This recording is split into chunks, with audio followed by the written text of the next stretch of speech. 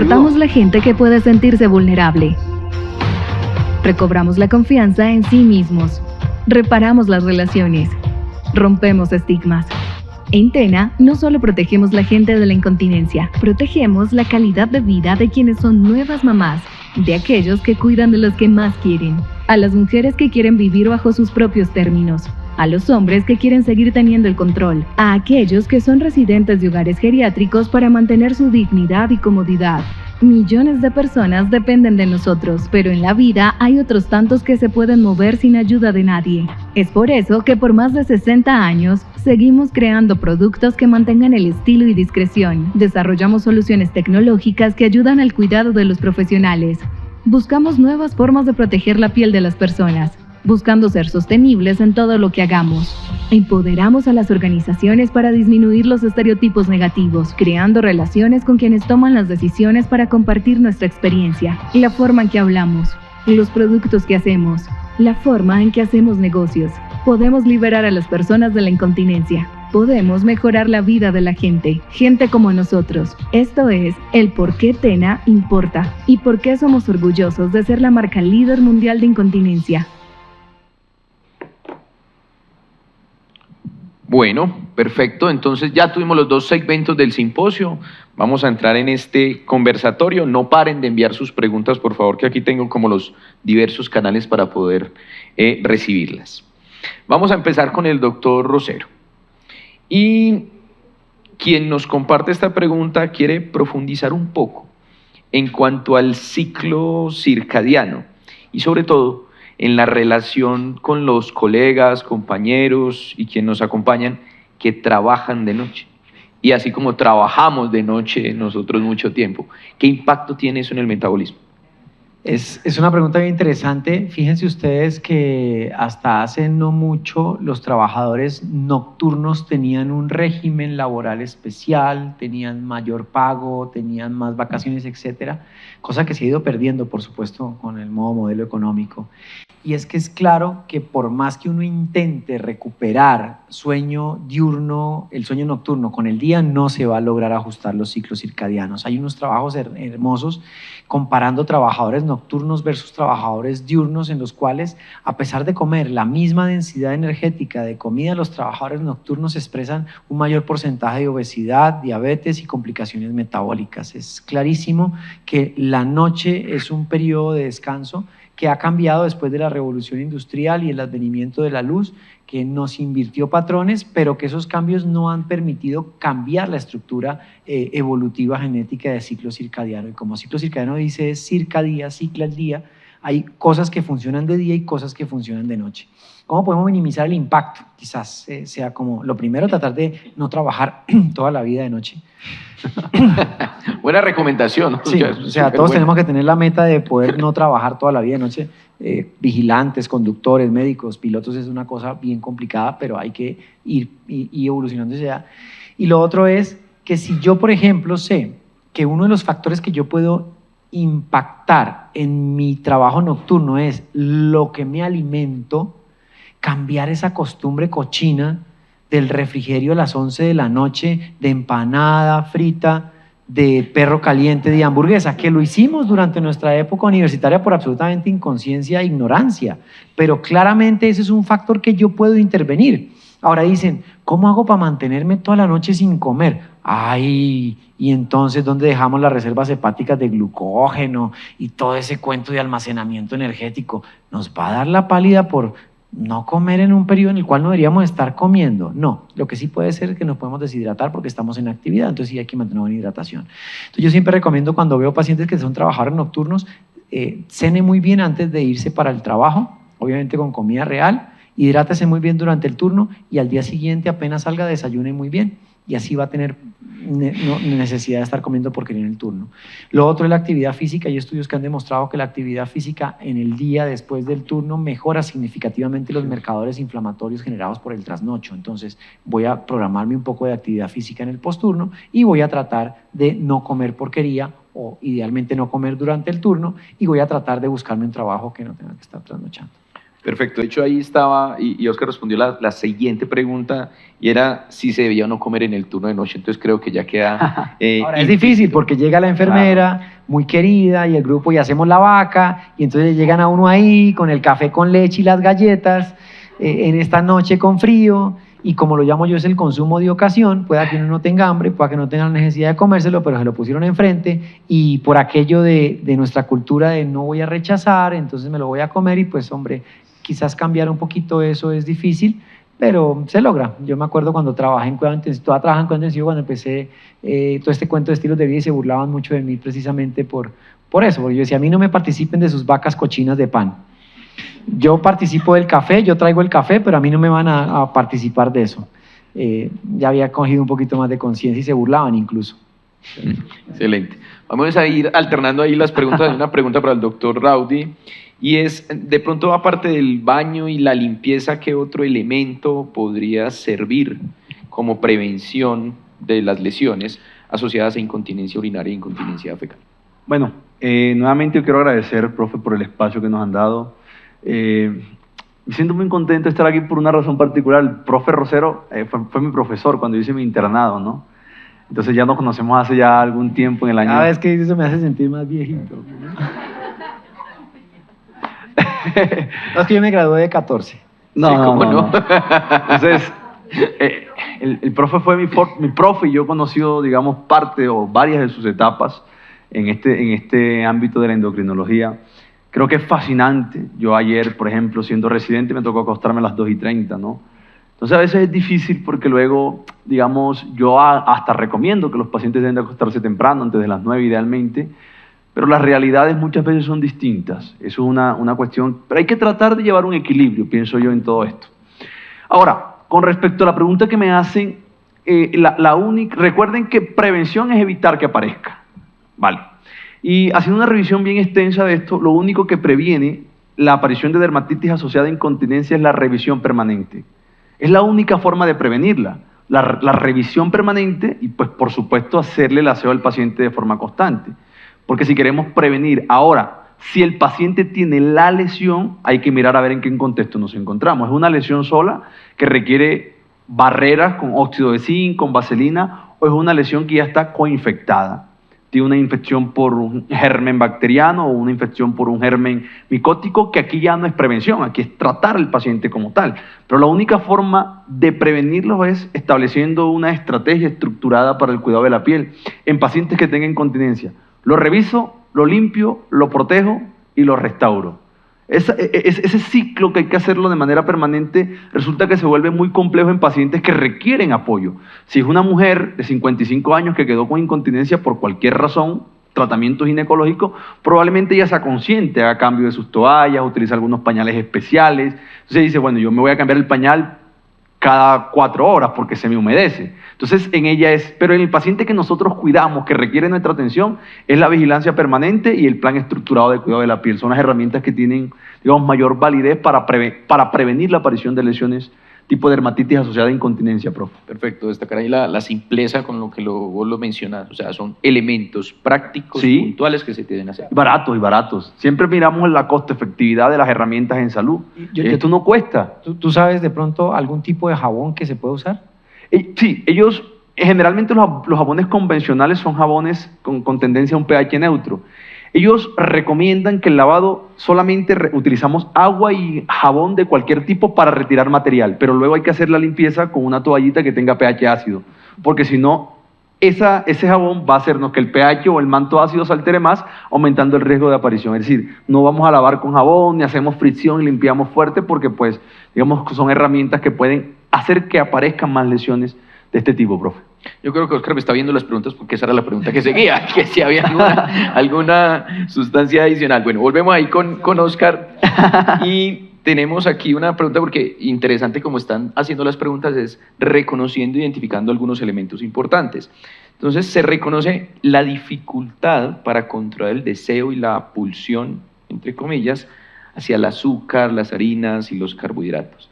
¿Algún tip práctico que vos puedas ofrecer, alguna magia que puedas otorgarle aquí a los Mira que eso lo pienso todos los días, es algo que cuando escucho y veo a los pacientes me preocupa mucho. Quiero agregar un poquito un artículo que salió el 31 de octubre de un análisis de base de datos del Reino Unido que empezó en 1953 y encontró que los primeros 3 años de vida marcaban el futuro metabólico de los niños y encontraron que aquellos niños que en los primeros 3 años de vida recibían azúcar añadido tenían 35% más de riesgo de ser diabéticos en la etapa adulta. Entonces, creo que lo primero en ese caso, en el sentido de prevención, ya está lo suficientemente claro como para decirle a los padres no azúcar añadido a ningún niño antes de los 3 años, como mínimo, por esa ventana de oportunidad que tienen. Ay, pobrecito, no, estoy previniendo un 35% de la probabilidad de que tenga diabetes en su etapa adulta. Porque ya después va a ser muy difícil el control consciente. Porque cuando a ti te programaron desde niño con celebración, con festividad, con emotividad, cuando tú llegas al trabajo cansado, después de hoy vamos a llegar cansados, etcétera, nos maltratan, etcétera, y voy a buscar la solución que mi cerebro evocaba en ese entonces. Entonces es muy difícil ya en ese momento y ya ahí lo que toca es volverlo un acto consciente y ahí sí que la conciencia empieza a rascarnos la cabeza. Porque el acto consciente implica tener conocimiento de si eso es bueno o es malo, pero con conocimiento real, no es la prohibición. ¿Cómo hago yo para definitivamente erradicar el consumo del pan? Pues entiendo que no es lo que estoy viendo, sino son sus ingredientes y el potencial daño que me hace y recuerdo lo inflamado que me siento cuando lo consumo. Y solo esos 3 segundos de conciencia me pueden permitir eliminar completamente su uso a pesar de estar contaminados por el entorno. Yo fui fumador. Y fumador en la época en la que hacía turnos con Maestro Raudy, que sí nunca fumaba, pues yo fumaba un paquete diario. ¿Y quién logra dejar el cigarrillo? El que toma la conciencia de decir, esto no es bueno a pesar de la adicción tan fuerte que genera el cigarrillo. No todos lo logran. Así que lo primero es tomar conciencia de querer hacerlo, pero de verdad, entendiéndolo el por qué, y a partir de ahí sí, pero empezar en la infancia. De hecho, lo mencionas de manera muy práctica y magistral, lo que es una estrategia cognitivo-conductual. Es una estrategia cognitivo-conductual. Tal cual. Eso que dice el profe es muy cierto. El día que yo me comí la hamburguesa, Ah, momento. Yo estaba consciente de que eso es malo, pero además estaba consciente que iba a ser feliz, ¿no? sí, esas son exactamente. Eso es importantísimo. O sea, yo creo que ahí vale la pena. Fíjense Obvio, fui muy feliz. No, y fíjense lo que yo llamo las anclas y ataduras emocionales. Sí. Es que es muy heavy, es muy duro romper eso. Y como profesional digo, claro que a uno también le dan ataduras y aparecen a veces esos mostricos que le dicen a uno, esas vocecitas diciéndole, hágale, se lo merece, Me lo merezco. está cansado. Pero también aparece la vocecita de, pucha, no quiero ganarme mi migraña, no quiero ganarme la inflamación. Y les cuento una historia anecdótica que me pasa. Yo no como pan ya. ¿Qué día pasé por el Ara a hacer mercado? Y estaba el pan francés recién salido, y en la canción de que salió el pan, y no había nadie en ese supermercado. Dije, nadie me está viendo, acá no me conoce nadie, me exampo mi pan francés. Pero me toca a escondidas porque mi esposa, donde me lo vea, me regaña, porque después se tiene que aguantar yo quejándome de la barriga. Y llegué a la casa, ya no estaba, y empecé con un pedacito. Cogí mantequilla y le eché mantequilla, lo metí a la freidora de aire caliente, se derritió la mantequilla, quedó completamente crocante, se me abrió la boca, me lo comí completo. Lo estás promocionando, Oscar. Sí. Sí. No me estás ayudando. La estrategia es que eso fue hace 6 meses.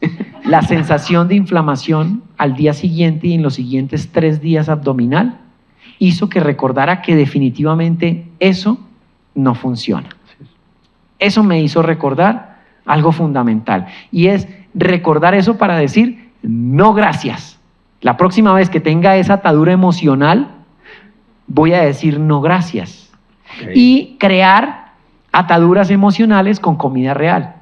Entonces cuando uno crea la atadura emocional a comida real, uy, mire usted, lo va a celebrar. Y corrigiendo a Mr. Raudy, recuerden ustedes que la comida industrializada no sale de las cocinas. Y si la abuela hizo la empanada, eso no es un ultraprocesado. Es comida que ha salido de la cocina, no es un ultraprocesado. Pero probablemente la hizo con aceite vegetal. Claro, pero la abuela no tiene aceite vegetal de palma reusado 1.000.000 de veces. Diferente a si voy por la calle y veo el aceite de carro reusado 1000 veces. ahí sí nadie me está obligando, nadie me está emocionalmente, la abuela, no, abuela, no compre esa porquería, abuela.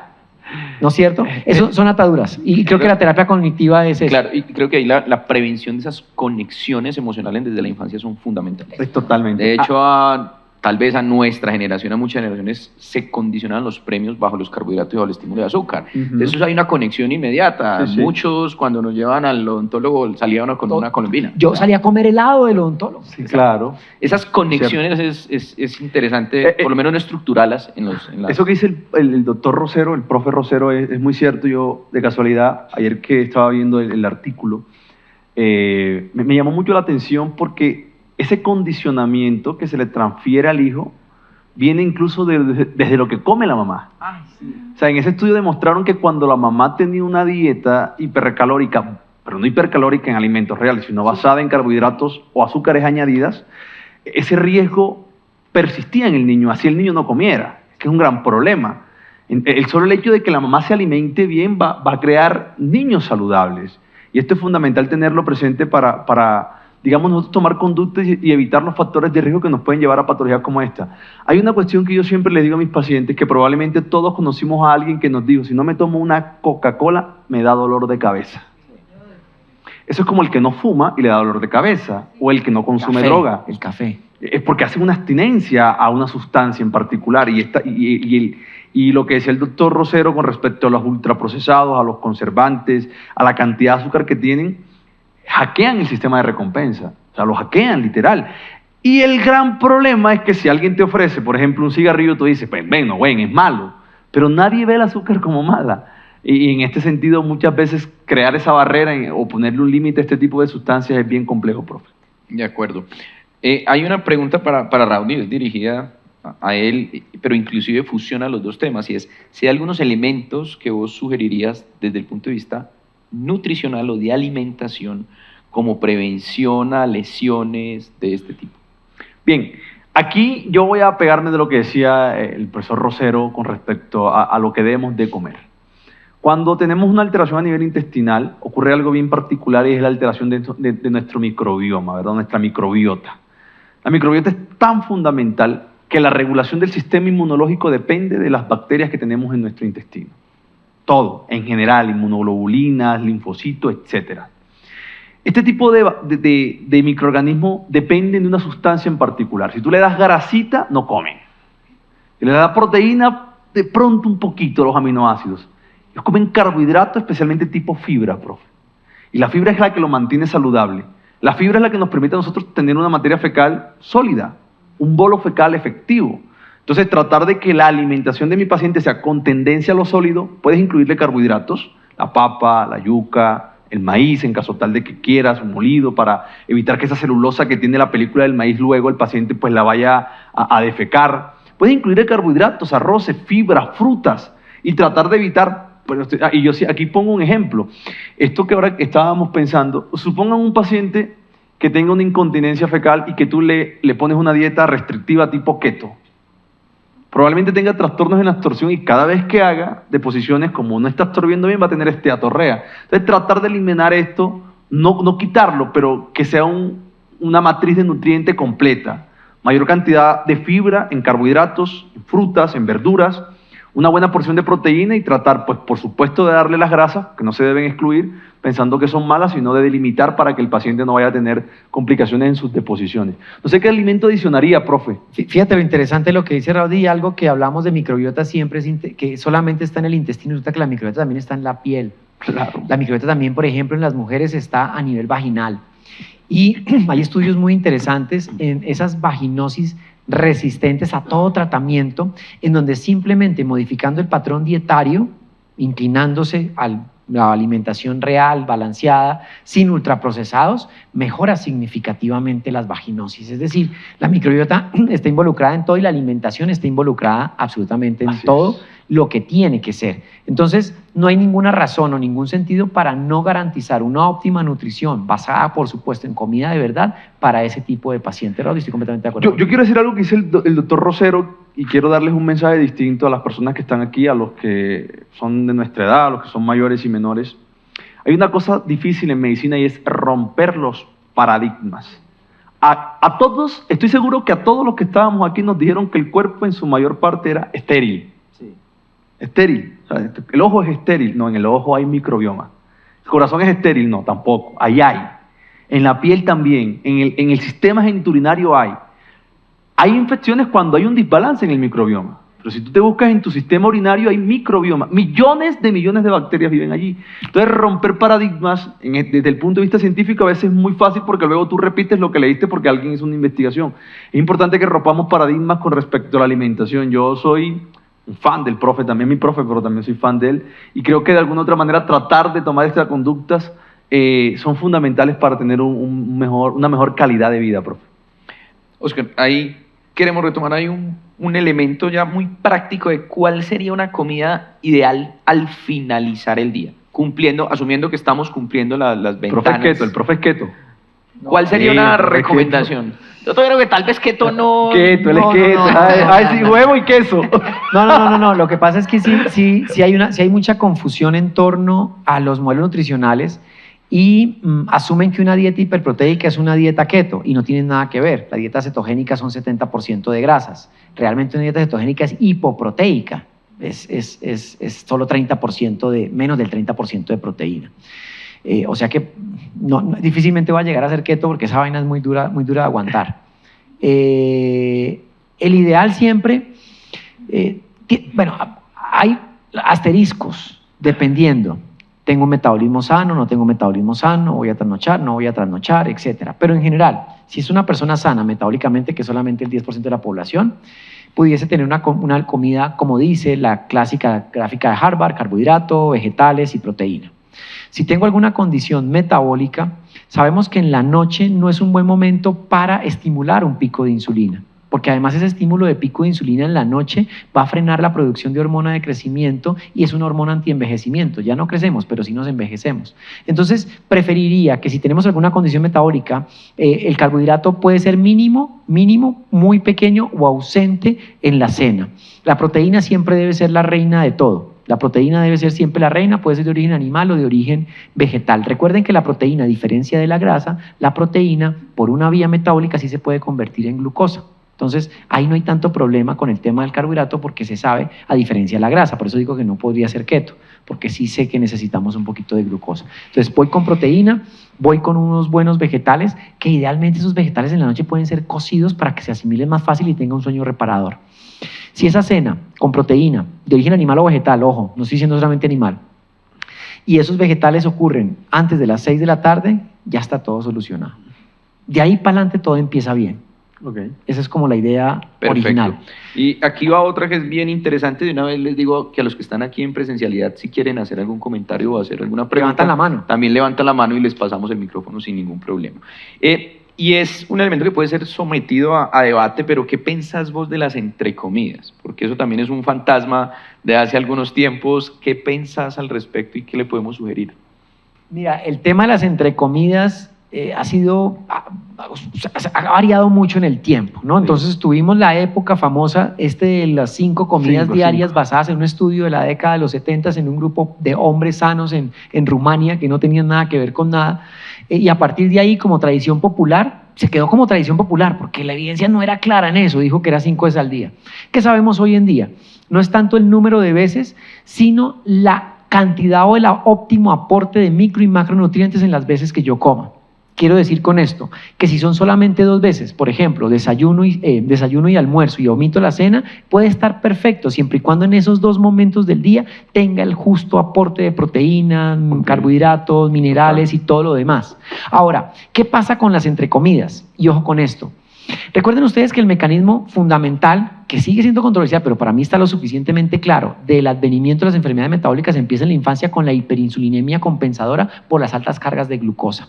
Si yo los snacks los tengo en carbohidrato ultraprocesado, voy a tener pico y nunca voy a tener descanso. Y si no tengo descanso, todo el tiempo voy a estar acumulando grasa en el hígado que luego se va a exportar y me va a formar grasa en el páncreas y todo lo demás. Entonces, no tiene sentido estar dando carbohidratos en picos entre comidas, es una locura, es absurdo, así sean carbohidratos reales, es un absurdo, no funciona. Yo puedo comer 1, 2, 3 veces al día, siempre y cuando garantice el óptimo aporte, y los snacks son completamente voluntarios, Si siento, por ejemplo, a veces me da como hambrecita a media mañana y me como un puñado de frutos secos o me como una manzana. O hay días que no, hay días que me comí mis 3 huevos con queso y no quedé con la necesidad de comer más. Son absolutamente voluntarios. Pero eso sí, que el snack sea real. No el palito de queso del tostado. Y a eso anclamos otro elemento y es nuestro acervo cultural, de hecho. Ah, bueno, y ojo porque es que las 3 comidas llegaron con la revolución industrial. El cuentico de que hay que comer 3 veces al día vino porque en la revolución industrial tenían que fijar horas de trabajo y horas de descanso después de que tanta gente murió porque trabajaban sin descanso, y entonces se creó el momento del día, el mediodía para almorzar. Pero es un invento de la revolución industrial. Antes de la revolución industrial, de hecho hay un estudio, hay un trabajo muy bonito, que un libro que leía. En Roma se comían solamente 2 veces al día. En Roma se desayunaba temprano y se almorzaba cena a las 4 de la tarde. Y esa era la cultura en ese momento. Los antepasados no tenían horario. Cuando había comida, comían, y cuando no había comida, pues no comían. Entonces también, obviamente, eso se modifica. Y algo que encontré interesante, Alex, buscando cómo era la ciclicidad de los picos de insulina, y resulta que nuestra genética se ha ido modificando con eso de las 3 comidas, y tenemos un piquito de insulina, aun cuando no llegue la comida, que es el pico anticipatorio al almuerzo. O sea que hasta el momento parece que tenemos, como cultural y como evolutivo, 3 comidas al día. Perfecto. Raudy, retomo ahí con vos porque hay una pregunta que ya me han hecho varias veces y sé que puede llegar a ser compleja, el de la etiología, pero ¿cuál podría ser una edad para tener en cuenta, tanto en hombres como en mujeres, de indagar de manera proactiva sobre la incontinencia? ¿O dependerá de las comorbilidades? Bueno, digamos que hay factores que predisponen a tener incontinencia. Claramente la incontinencia urinaria es la más frecuente de todas, especialmente en mujeres después de los 45 años. Sería la edad propensa para comenzar a preguntar o a indagar. Muchas veces este es un tema que genera un poco de dificultad para comunicársela al profesional de la salud por todo lo que esto implica dentro del contexto biopsicosocial. Entonces, esa sería la edad, profe, y ese sería el paciente que nosotros intentaríamos indagarle. Por supuesto, si hay una enfermedad prostática previa en el paciente, también debemos de indagar. Si hay enfermedades neurológicas o si el paciente tiene otra comorbilidad, por ejemplo, se encuentra en una silla de rueda por un trauma raquimedular o por un problema a nivel de la médula espinal, claramente tendríamos que comenzar a indagar este tipo de cosas. Probablemente él ya no nos diga, pero si estamos pensando en personas sanas que no nos refieran eso en el interrogatorio, mujeres de más de 45 años. Incluso hay una cosa que sucede en las mujeres después de los 50, cuando llega la menopausia, que se producen los síntomas o los síndromes urogenitales. Muchos de ellos se caracterizan por resequedad, entonces la mujer dice, bueno, doctor, no deseo estar con mi pareja porque claramente no me gusta, siento mucha molestia, pero hay algunas que se manifiestan con incontinencia. Incluso hay un síndrome urogenital en la mujer posmenopáusica que se caracteriza por sensación de disuria permanente. Entonces tiene relaciones sexuales perfectas, no tiene incontinencia, pero cada vez que orina le duele. Entonces, digamos, hay que tratar de indagarlo en las mujeres posmenopáusicas. Después de los 45 años, siempre sería clave preguntar por ese punto, profe. Y esto es interesante porque permite de construir un tabú alrededor de cómo indagar la incontinencia, y es por supuesto fundamental. Creo que ahí es interesante darle la oportunidad aquí. Ya te vamos a dar la palabra, pero yo voy a decir una cosa. Cuando... De alguna otra manera, cuando uno está mirando este tipo de patologías, es difícil entenderlas y afrontarlas como el paciente. Probablemente si tú vas donde un familiar que tienes mucho tiempo que no ves y te pregunta, oye, ¿cómo has estado? He estado bien, me diagnosticaron hipertensión, ahora estoy con losartán. Probablemente tú le digas eso, ¿verdad? Pero si tienes incontinencia fecal es muy, muy difícil que se lo digas. O urinaria, ¿verdad? No, pues ahora me estoy haciendo popó, imagínate. ¿Verdad? Nada. Entonces tratar de desconstruir esa barrera que el paciente tiene para poder darnos la información es compleja. Entonces es clave que entendamos que muchas veces toca ser proactivos para indagar esa situación en particular. Y una pregunta ya, profe. Sí, adelante, por favor. ¿Se lo pueden prender, por favor, del máster? Sí, hágale. Pero de pronto para los que están en línea no, profe. Ah, bueno, sí, es verdad. Hola, ya, Ahí sí, ahora ya. sí. Pues más que una pregunta, de pronto complementar un poquito lo que dice Radui, digamos desde el enfoque de nosotros como medicina familiar y también mi enfoque como parte en sexología, es que la incontinencia urinaria lastimosamente nos sucede a todas las mujeres en cualquier momento de la vida. Okay. Lo que pasa es que lo que tú dices, lo normalizamos, Okay. y muchas veces nosotras ni vamos a la consulta diciendo que cuando tosemos o cuando vomitamos hay una incontinencia de esfuerzo que está presente. También hay casos, por ejemplo, en sexología que nos llega mucho, es el hombre consultando solamente por una disfunción eréctil, una eyaculación precoz, pero no nos cuenta ese piso pélvico cómo está. Así es. Y digamos que yo sé que acá hay muchos que son médicos generales que de pronto no están tan afianzados con el tema del piso pélvico como de pronto lo puede hacer un ginecóloga, un urólogo, uróloga. Es el tema de decir, venga, ¿cómo estamos haciendo un abordaje de piso pélvico? Así es. Y como lo decían ahorita ustedes, actividad física, todo el mundo está enfocado en resistencia, se les olvida el tema de cardio, de un buen manejo de no sedentarismo, y muchos de los pacientes uno les dice, bueno, fortalece ese piso pélvico. No, doctora, yo lo hago. Y uno, venga y miramos a ver, no contraen nada, o sea, apretamos piernas y trasero, pero no apretamos piso pélvico.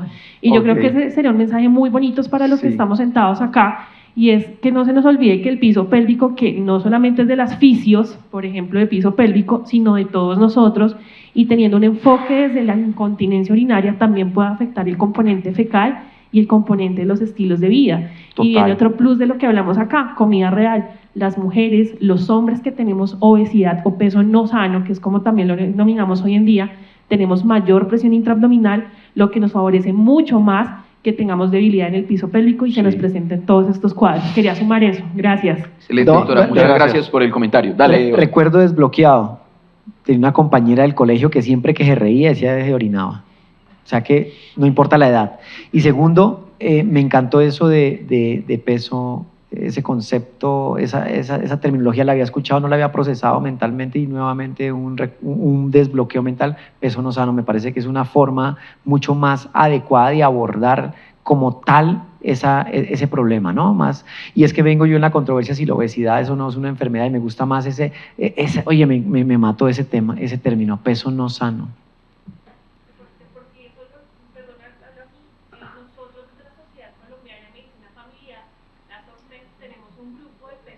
Peso no sano. Que, venga, no solamente que eres gordo, eso no, sino que estás no sano, no eres sano para tu vida real. Y es que es mejor decir peso no sano y no enfermo. Y la gente le cambia el chip. Total, es que cuando a ti alguien con sobrepeso le dicen la obesidad es una enfermedad, automáticamente queda en una situación que no corresponde, porque eso no es. Entonces, cuando tú dices tienes un peso no sano, me mato. Sí, eso es un tema. Dale. No, ese es un tema complejo de discutir, porque luego si le dices que tiene un peso no sano, probablemente también le resta importancia. Entonces es un tema que luego puede llevar una discusión bastante compleja. Si nos vamos hasta las 10 de la noche, empezamos por el lado. Pero ahí vamos. Pero vení, nos quedan unos minutos. Bueno, por favor. 5 minutos. Y luego una pregunta que ya vamos cerrando, dale. Buenas noches. Tengo una pregunta un poco como enfocada en las dos, digamos, como temáticas que se abordaron acá. Yo en este momento estoy haciendo, pues corro, y parte de la recomendación que dan es utilizar geles para poder uno aguantar una carrera de 21 kilómetros, 42 kilómetros, y esos geles son altos en calorías y obviamente pues eso es glucosa que uno le da al cuerpo. En ese caso, ¿qué alternativa habría para esos casos? O en definitiva, pues como uno sí necesita gasolina para ir, ¿qué hacer? Necesita. Y para el cuidado, porque pues obviamente en ese ejercicio suda uno, hay fluidos, se moja. En ese caso, ¿cuál es la protección que uno debería tener para evitar ese tipo de lesiones que pasan en los corredores? Eso es una nueva no, porque ya pasamos esa época, pero sí hay una tendencia al running y son largas jornadas de entrenamiento. Se requiere obviamente combustible. Más o menos se requiere cada hora cada hora de entrenamiento 90 gramos de glucosa altamente biodisponible para compensarlo. El tema de los geles es simplemente marketing, porque es que esa glucosa puedo conseguirla de cualquier otra manera, no necesariamente en un gel con colorantes y con saborizantes y de otra forma. Por ejemplo, con Gustavo Parra, el colega endocrinólogo que monta bicicleta y él hace mucho contenido que lo recomiendo, endocrino Gustavo Parra, hablábamos, por ejemplo, que en rutas puré de banano macerado, combinado, por ejemplo, con yogur, te está dando glucosa, te está dando fructosa, la fructosa es altamente biodisponible y lo puedes cargar fácilmente y es una alternativa. El azúcar como tal, sin necesidad del gel, ¿sí? Entonces, fíjate cómo la miel, por ejemplo, ojo, estamos hablando de esos casos en particular de entrenamiento que demanda una reserva, un consumo energético demasiado alto, ¿no? Sí. En cuanto a la hidratación de la piel, va Raudy, pero en cuanto a la hidratación también es importante que necesitamos hidratarnos, pero no necesitamos colorantes artificiales. Entonces, ¿qué sentido tiene tomarte la bebida hidratante de moda si está cargada de colorante artificial? Si tú puedes hacerla en tu casa con agua, con miel, con limón y con un poquito de sal. Es tan También, simple bueno, como eso. Y ahora para la piel. No, hay una cosa bien interesante. Yo también estoy tratando de salir un poco a correr. No soy un deportista sí, de alto sí, rendimiento. Eso, si vas a hacer 5 kilómetros para todos, puedes comer lo que quieras. Puedes llevar tu vida normal. En ayunas. Si vas a hacer 10 kilómetros, ojo, si vas a hacer 10 kilómetros, hay que tener algunas recomendaciones, pero todo paciente o toda persona que corre más de 10 kilómetros debe tener una alimentación distinta. El asunto es como es una moda, comienzas a correr, no tienes una valoración nutricional ni del deportólogo previamente y cometemos ese error. Pero todo paciente que hace media maratón, que son 21 kilómetros, debería tener una alimentación estructurada. Y con respecto a lo que tú dices, una vez salí a correr, aquí en Bogotá, 9 de la mañana, estaba el sol caliente y se me pelaron aquí la entrepierna ya, se me peló. Claro. Pero claro, yo no tengo ni la ropa interior ni la pantaloneta adecuada para hacer runner, porque por supuesto existe una ropa en particular para hacer esto. La recomendación en este caso, digamos que aquí para prevenir, tener una buena higiene, no se recomienda ningún tipo de hidratación ni ninguna sustancias especiales, sino usar la ropa adecuada para evitarla. Es como, no sé si han visto a las personas que montan bicicleta, que en la ropa de ellos llevan un cojincito en la parte de atrás, porque si no, la silla también los maltrata mucho. Entonces es un deporte que pensamos quizás que luego es salir a correr, pero que tiene unas cosas bien particulares. Si estás en 10 kilómetros, puedes continuar con tu alimentación. No va a pasarte nada. Ni siquiera necesitas un gel, porque la cantidad de glucógeno que necesitas te da para correr 10 kilómetros. Si vas a hacer más de allí, clave que busques con un nutricionista experto en deporte. A veces nosotros como profesionales de la salud somos muy liberales. Yo voy a correr, yo voy a hacer, pero bueno, no tenemos un electro, no tenemos un ecocardiograma. Entonces luego, se murió, fue por el COVID. Listo. Vamos a ir cerrando, nos queda una última pregunta y la hago porque es reiterativa, Oscar, y es, yo sé que nos podríamos extender mucho, y una vez te digo que tenemos corto tiempo. ¿Existen fármacos o medicamentos que puedan bloquear un poco, y abro comillas, esa dependencia a los carbohidratos? Dado que la persona que nos comparte su inquietud expresa que ha tenido esos síntomas como de, abro también comillas, abstinencia al consumo de carbohidratos. ¿Qué tal modularlo con medicamentos? Sí, y de hecho los análogos GLP-1 se postulan como ese efecto a nivel hipotalámico, regulador y controlador de los antojos. Hay estudios en donde ponen a personas con inyección a comer chocolate versus las que no tienen inyección y se pueden controlar mucho más fácilmente. Puede ser una ayuda, pero aquí viene algo una frase que me dijo un colega hace poco en un evento que estuve y me quedó calando con ese tipo de medicamentos. Y es que tú eres un consumidor crónico de hamburguesas de McDonald's. Correcto. En una sentada te comes 3 hamburguesas de McDonald's porque te encanta. Sí. Te empiezas a aplicar ese medicamento y de la noche a la mañana ya no te comes 3, te comes 2.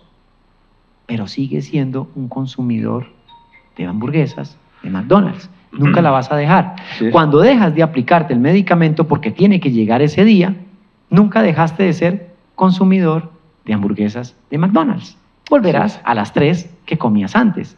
Por eso es que en esos medicamentos se da el famoso efecto rebote cuando se suspende, porque nunca dejaste de ser un consumidor de porquería, solamente lo redujiste. Entonces, el efecto es on-off, puedo utilizarlo, se me va a pagar, pero cuando lo deje de utilizar, si no tuve capacidad de cambio conductual... Creo que es interesante porque se visualiza como una herramienta más, pero no necesariamente es el pilar fundamental, es todo el proceso, la deconstrucción de los hábitos, la terapia médica nutricional, la actividad física, yo creo que eso que acabas de decir es el mensaje más poderoso que nosotros mismos, los endocrinólogos, tenemos que meternos en la cabeza. Es una herramienta, pero no es el pilar fundamental. ¿Qué ha pasado? Que las personas que llegan con sobrepeso a la consulta del endocrinólogo no se van de ahí sin su inyección, sin antes haber hecho todo un proceso conductual. Y es una realidad que me ha generado muchas controversias al interior de nuestra sede, y obviamente hay que explicarlo en esa forma, sobre todo a los pacientes, para que lo entiendan. Así es. Hay una cosa bien interesante con esto, me va a robar 30 segundos porque sé que ya estamos bien de tiempo. Cuando se crearon los GLP-1, la SEMA, la LILA o la lutaglutida, estos fármacos no se sabían realmente cuáles eran sus mecanismos a nivel hipotalámico, y ya se sabe que incluso pueden servir para trastornos de ansiedad o depresión. Tienen un mecanismo bien regulatorio a nivel del sistema nervioso central. Por supuesto que no son los fármacos ideales no es la terapia ideal para la pérdida de peso, sino un complejo. Ahora, hay un par de fármacos que sí pueden ayudarle al paciente a que quite la ansiedad de comer, que son el topiramato más fentermina y la naltrexona más bupropión, pero no están en Colombia. Son fármacos que actúan a nivel del sistema nervioso central y pueden ayudarte. Digamos, esos dos grupitos que podrían y tienen alguno para quitar esa ansiedad de ir a comer, pero igual no es la solución, porque luego suspendes el fármaco y es como cuando se usaba el bupropión para el paciente que fumaba, ¿recuerdan? Entonces le dabas bupropión y cuando lo suspendía el bupropión, se fumaba 4 cajetillas. Entonces, el tratamiento conductual, yo para finalizar mi intervención voy a decir 2 cosas. Cuando yo hago mi consulta, que es una consulta particular, el 90% de mis pacientes van a 2 partes. Van al deportólogo y van al psiquiatra. Punto. Muchas de las cosas que el paciente tiene nos las ayuda a tratar el psiquiatra y a veces lo tenemos olvidado. Entonces, este tipo de cosas, si tienes una adicción por la comida, tiene que verte el psiquiatra. No sé, Oscar, si tengas algún mensaje final para ir ya cerrando. No, yo creo que toda la conversación ha sido absolutamente entretenida. Muchísimas gracias a ustedes. Tengo por acá los libros. Bueno, ya se tomé la transmisión para los que estamos acá para la rifa. Muchísimas gracias a ustedes, en serio, porque llegar en Bogotá a esta hora, quedarse hasta esta hora escuchando esta carreta. En realidad se quedaron porque si salían a las 8 les cogía el trancón. Les cogía el trancón.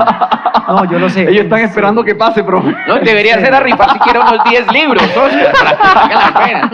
No, hubiera traído más, por supuesto. Sí. De verdad que sí, muchísimas gracias, Alex, por esa conducción maravillosa, al equipo de producción, a la ACE, por permitirnos estos espacios. Fíjense ustedes la propuesta de valor que trae Tena para todos, porque aquí no estuvimos vendiendo absolutamente ningún producto. Es una propuesta de valor que hay que apostarle y que hay que agradecer cuando algún miembro de alguna empresa se involucra en dar esto. Y creo que el mensaje de agradecimiento, por supuesto, al grupo de Tena por permitirnos a nosotros llevar esta propuesta de valor a todos ustedes. Muchas gracias, Oscar.